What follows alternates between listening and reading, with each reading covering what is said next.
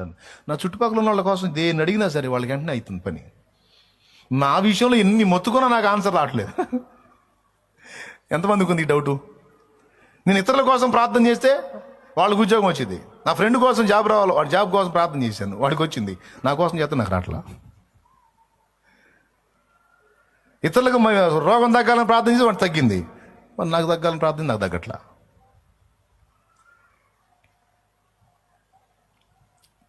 కొంతమందికి తగ్గిద్ది, కొంతమందికి ఆన్సర్ రాదు ప్రార్థనకి. మళ్ళీ వాళ్ళు ఇతరుల కోసం చేస్తే వచ్చింది. ఎందుకంటే ఇది వాక్యానుసారం. నీ పొరుగు వాడిని ప్రేమించి వాని క్షేమాన్ని ఘోరం అన్నది వాక్యానుసారం. ఆ విషయం ప్రార్థన చేస్తే వాళ్ళకి జవాబు వచ్చింది. ఇక నీ విషయంలో నువ్వు అడిగినప్పుడు ఒక ప్రాముఖ్యమైన విషయం మర్చిపోకూడదు. ఆ ప్రాముఖ్యమైనది కూడా వాక్యం చదివితే నీకు తెలిసిద్ది. ఇవన్నీ వాక్యంలోనే ఉన్నాయి, నాకేం తెలుసులేదే. నీ కోసం నువ్వు ప్రార్థన చేసుకున్నప్పుడు కూడా దేవుడు ఇస్తాడు, కానీ ఏ జవాబైనా ఇస్తాడు, కానీ అందులో స్వార్థం ఉండకూడదు, నీ భోగేచ్ఛ ఉండకూడదు. అది లేకుండా నువ్వు అడగాల. అర్థమైందా? మీరు అడిగినాను ఫస్ట్ ఏమన్నాడు యాకోబు రాసిన పత్రిక 4లో, మీరు అడిగినను ఫస్ట్ ఏమన్నా అంటే మీరు దేవుణ్ణి అడగనందున మీరేం పొందట్లేదు అన్నాడు. యాకోబు రాసిన పత్రిక 4లో మీరు దేవుణ్ణి అడగనందున మీరు పొందట్లేదు అన్నాడు. ఒకవేళ అడిగినను మీరు మీ భోగముల నిమిత్తమో స్వార్థకాంక్షతో అడుగుతున్నందున మీకేమీ దొరకటం లేదు. అంటే అక్కడ నేర్పుతున్నాడు, నువ్వు అడిగేది ఎలా ఉండాలో తెలుసా? నీ భోగం కోసం, నీ ఆనందం కోసం కాదు. నువ్వు ఏది అడిగినా, ఆఖరికి నీ కోసం నువ్వు అడిగినా, అందులో దైవ చిత్త నెరవేర్పు కొరకై ఉండాలి. దీని మీద చాలాసార్లు వాక్యం చెప్పా, మళ్ళీ ఒక్కసారి టూకీగా గుర్తు చేస్తా. నీకు మంచి ఆరోగ్యం కావాలని అడిగావు, ఆరోగ్యం ఇస్తాను బేట, ఏం చేస్తావు అంటాడు దేవుడు. ఏం చేసింది? లైఫ్ని ఎంజాయ్ చేస్తాను తండ్రి అంట. లైఫ్ని ఎంజాయ్ చేయడానికి తగలబెట్టిన నీకు ఎందుకు నేను ఆరోగ్యం ఇవ్వాలంటాడు. మరి దేనికి ప్రభా? తెలియక అడుగుతున్నాను. దేనికి తండ్రి అంటే నా పని చేయాలి కదా రయ్యా, నీ సేవ చేస్తాను అంటావు నువ్వు, నీ చిత్తం నెరవేరుస్తాను తండ్రి అన్నమ్మా. ప్రభా నాకు సంతానాన్ని ఇవ్వా? ఎందుకమ్మా? గొడ్రాలు అంటున్నారు తండ్రి. ఆ మాట తప్పించుకోవడానికా? సరేలే. అన్న అట్లా ఆడలా. అన్న ఎట్లా అట్లింది? నాకు ఒక మగ బిడ్డని వాడిని నీకోసం పెంచుతా, నీకే అప్పు చెబుతా. పొందింది. మీరు అడిగినను మీ భోగముల నిమిత్తం మీ స్వార్థకాంక్షతో అడుగుతున్నారు. అప్పు తీర్చయ్యా. ఎందుకు తీర్చాలి అప్పు? అడిగేవాళ్ళు లేకుండా ఉంటే మనసు కొంచెం ప్రశాంతంగా ఉంటుంది తండ్రి. మనసు ప్రశాంతం కోసమే కానీ అప్పులు తీసేస్తే స్వేచ్ఛగా నీ పని చేయడానికి నాకు అవకాశం దొరికిందని అయితే అడగవు. పనికి మళ్ళీ తెలివి ఏంది? అప్పులన్నీ పోయి మళ్ళీ నీ పని చేయాలా? ఓహో మన కాదులే, అట్టయితే కష్టమేలే అంటే దేవుడు అట్టయితే కష్టమే, పని చూసుకుంటాడు. నేను చెప్పే జోక్ కాదు, వాక్యానుసారం. అప్పు తీరాలని అడుగుతావా? రోగం తగ్గాలని అడుగుతావా? సమస్యలు తీరాలని అడుగుతావా? కేసు పోవాలని అడుగుతావా? నువ్వు దేనికోసం అడుగుతున్నావు? సంతానం కావాలని అడుగుతావా? స్వస్థత కావాలని నువ్వు ఏది అడుగుతున్నావో అడిగినది నువ్వు దేవుడు నీకు నెరవేర్చినప్పుడు, నువ్వు దాన్ని పొందినప్పుడు, తర్వాత నువ్వేం చేయాలనుకుంటున్నావో చూస్తాడు దేవుడు. దేవా నాకు మంచి జాబ్ ఈ దేవా. దేనికి నాయనా? మంచిగా ఖరీదైన బంగళా కట్టుకోవాలి, కారు వేసుకొని తిరగాలి, మంచి ఉన్నత రేంజ్లో ఉన్న అమ్మాయిని పెళ్లి చేసుకోవాలి ఆయన. చిన్న జాబులు అయితే కొద్దిపాటి వాళ్ళు దొరుకుతారు, కొంచెం పెద్ద జాబ్ అయితే ఆ రేంజ్కి తగ్గ వాళ్ళు దొరుకుతారు, సౌండ్లు దొరుకుతారు. ఆ సౌండ్ ఈ సౌండ్ మొత్తం ఫుల్ సౌండ్ అయ్యి అసలు లైఫ్ మామూలు సౌండ్ ఉండదు తండ్రి. ఈ సౌండ్ కోసమా? నువ్వేమడుగుతున్నావు అయ్యా? దేవా నాకు ఉన్నతమైన జాబ్ ఇవ్వు. ఎందుకు నాయనా? నీ పిల్లలకు సేవ చేయాలి తండ్రి, నీ ప్రజలకు ఉపయోగపడాలి తండ్రి, నీ సేవకు ఉపయోగపడాలి తండ్రి. దేవా నాకు సమృద్ధి వచ్చేటట్టు చేయి. ఎందుకు నా కుమారుడా? నీ పని కొరకు తండ్రి, ఆత్మల రక్షణ కొరకు, పరిచర్యలో వాడటం కోసం. నువ్వు ఏదన్నా అడుగు. నువ్వు పొలం వేసావా? పొలంలో మోకాళ్ళలోని కన్నీరు కాచు. దేనికోసం తెలుసు? ఇది పండేటట్టు చేయి. ఇందులో నుంచి కొంత నీ పరిశుద్ధులకు ఆహారం పోవాలి తండ్రి. ఇందులో నీ పరిశుద్ధులకు ఆహారం ఏంటి? చూడవు సూపో అంతే, ఆమెనంటాడు. అది కృప పొందిద్ది అంతే. మొత్తం ఎండిపోయినా సరే మళ్ళా చిగుర్లు పెట్టి నీకు పంట వచ్చింది అంతే. అది దేవుని చేతిలో ఉంది. అదేంది?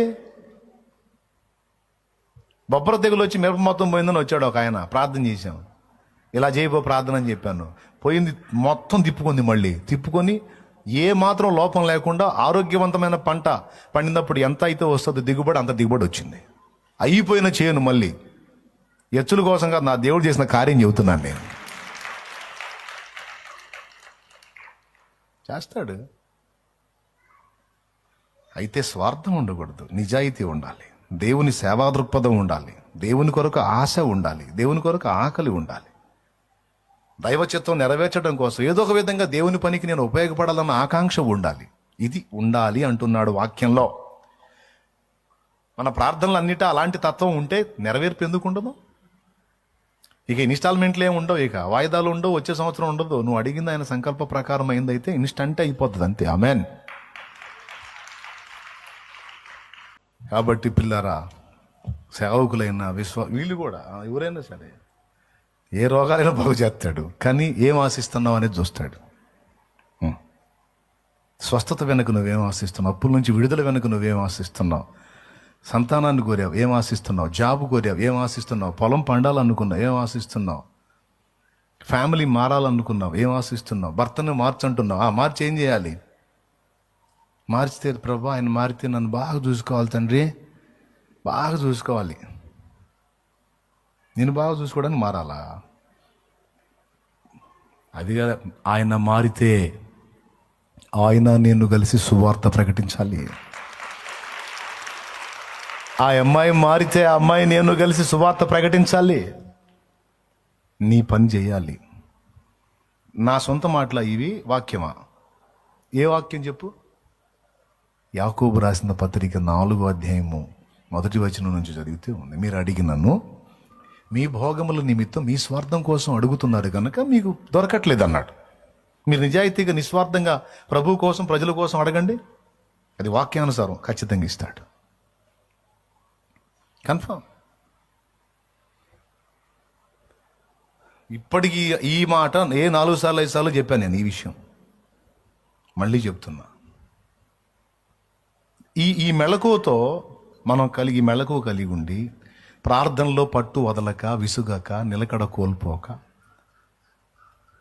మనం చేయగలిగిన ప్రార్థన దేవుని ముందు ఉంచితే ఒకటొకటిగా మొత్తానికి నెరవేర్పు నీ కళ్ళారా నువ్వు చూస్తావు. అర్థమైందా? ఇంక చాలు. రండి, మోకాళ్ళ మీదకి రండి.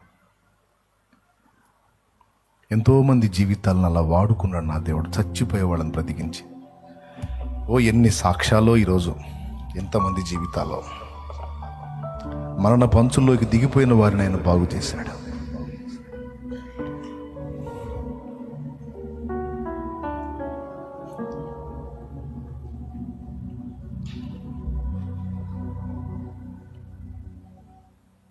మోకాళ్ళ మీదకి వచ్చానా? స్తోత్రాలు చెప్పు. దేవుని హస్తం నీ మీదికి రావాలే. మోకాళ్ళ మీదలే.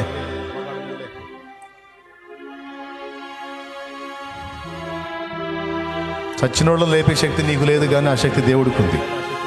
చచ్చినోళ్ళని లేపే శక్తి గల దేవుడిని ప్రార్థనలో కదిలించగల శక్తి నీకుందని అద్భుతమైన మాట దైవజన్ నోటి నుండి దేవుడు పలికించిన మాట, ఎంతో విలువైన మాట. ఆ పని నీ పని కదా, నువ్వు చేయాలి కదా. అంత అద్భుతమైన విషయం. ఊరి మొత్తాన్ని మార్చలేవు నువ్వు, కానీ ఊరి మొత్తాన్ని కదిలించగల శక్తి దేవునికి ఉంది. కానీ ఆయనకు ప్రార్థన చేయగల కదా నువ్వు, అది చేయొచ్చు కదా నువ్వు. పట్టుదలగా మొక్కబోని దీక్షతో మొర్ర పెట్టొచ్చు కదా, పోరాడొచ్చు కదా.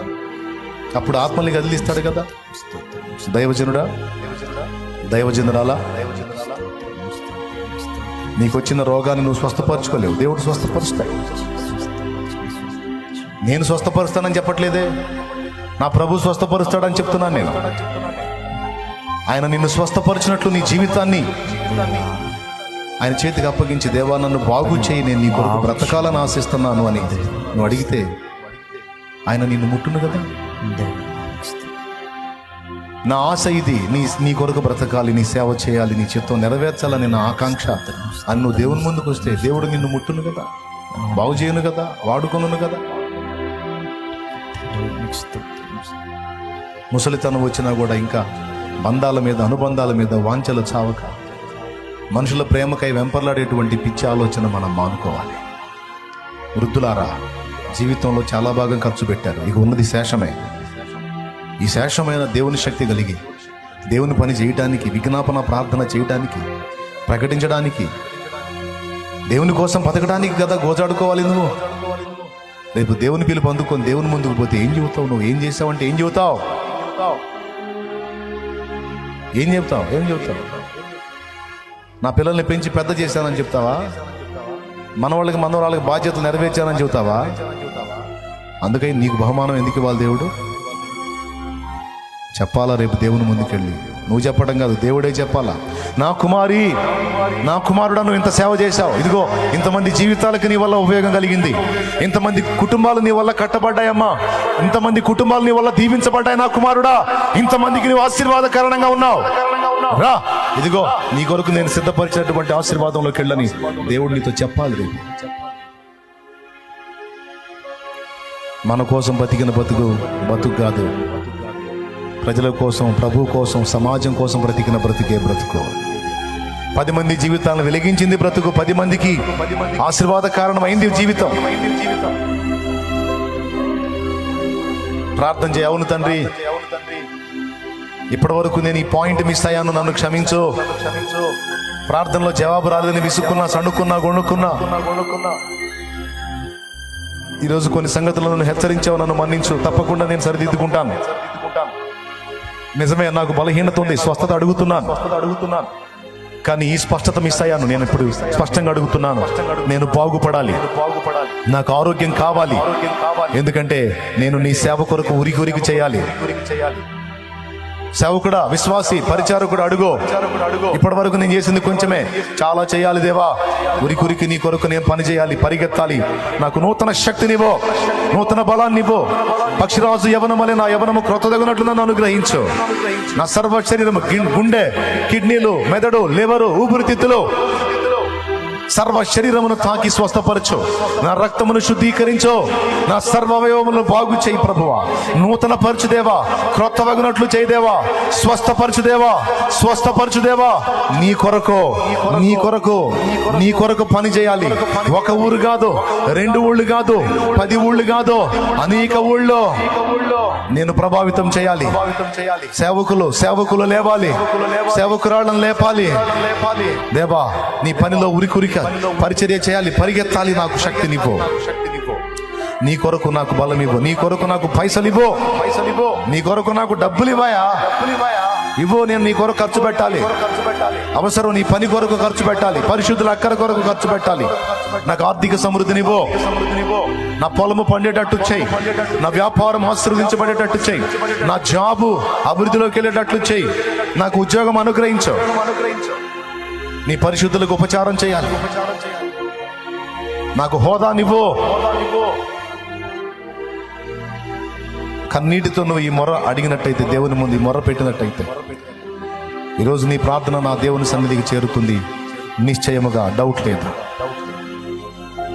దైవజనుడు అయ్యాడు, ఆత్మల కోసం ఏడు, ఆత్మలు నిమ్మని వేడు, ఆత్మలు నిమ్మనేడు.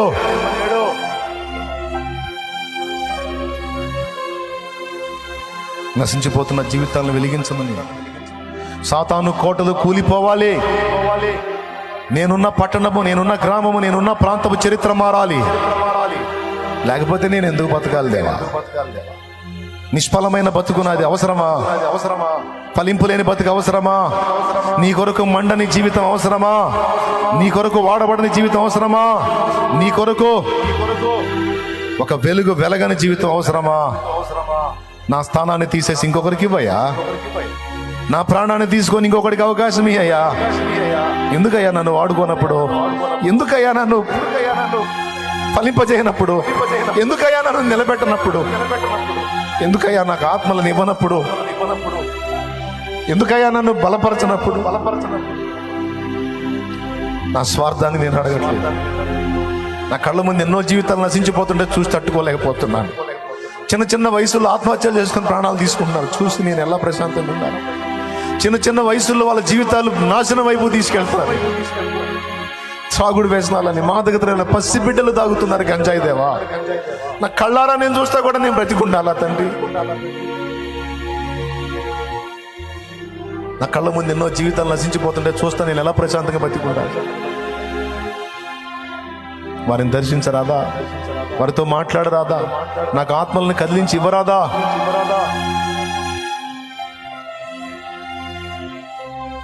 ఇదిగో నేనున్నానయ్యా, నేనున్నానయ్యా అని నువ్వు కన్నీరు విడిచినట్లయితే దేవుడు కదలడా, కార్యాలు చేయడా?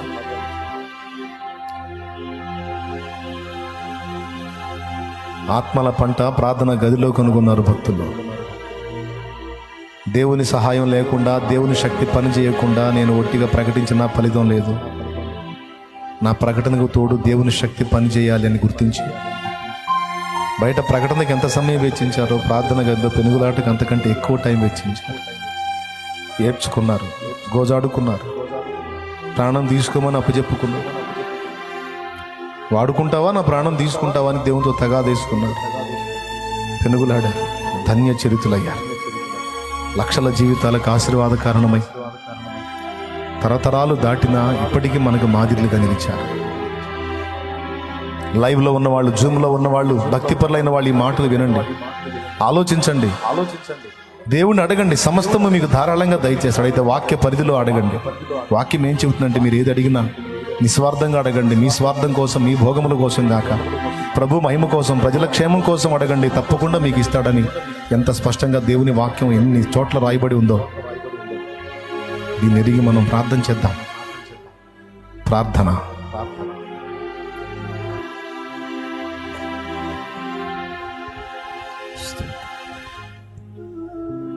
స్తోత్రములు, స్తోత్రములు, స్తోత్రములు నాయన. సర్వోన్నతుడైన తండ్రి, సర్వాధికారము కలిగినట్టు మా ప్రభువా, నీకు వందనాలు, కృతజ్ఞతలు నాయన. ఈ దినం మరొక తరుణం నీ సన్నిధిలోనికి మమ్మల్ని సమకూర్చి నీ జీవవాక్కులు వినేటువంటి మహాభాగ్యాన్ని మాకు కలిగించినందుకు వందనాలు నాయన. అయ్యా, నీవు సర్వశక్తి కలిగినటువంటి దేవుడవు గనక అయ్యా, ఆ సర్వశక్తి కలిగిన దేవుని హస్తమును మేము కదిలించవలసిన అవసరత ఎంతైనా ఉంది నా ప్రభువా. అయ్యా, నీ హస్తముని మేము కదిలించగలిగినప్పుడు అసాధ్యమైనటువంటి కార్యాలను సైతం సుసాధ్యము చేయగలిగిన గొప్ప దేవుడు అయి ఉన్నావు నా ప్రభువా. ఆ హస్తమును కదిలించే విషయంలో ఎన్నోసార్లు మేము ఓడిపోయాము నాయన. దయతో కృప ఉంచి ఈ దినం నుంచి మమ్మల్ని గెలిపించమని కోరుకొనుచున్నాము నాయన. ఎడతెగక ప్రార్థన చేయనట్లు, విసుగక ప్రార్థన చేయనట్లు, పట్టుదలతో ప్రార్థన చేయనట్లు, నిలకడగలిగి ప్రార్థన చేయనట్లుగా మా జీవితాలను పురికొల్పండి నా ప్రభువా. మేము ప్రార్థన చేసినప్పుడు నిశ్చయముగా మా ప్రతి ప్రార్థనకు జవాబు ఉన్నది నాయన. మా ప్రతి ప్రార్థన ధూపము ఓలే నీ సన్నిధికి ఎగసి వస్తుందని లేఖనాలు సాక్ష్యం ఇస్తున్నాయి.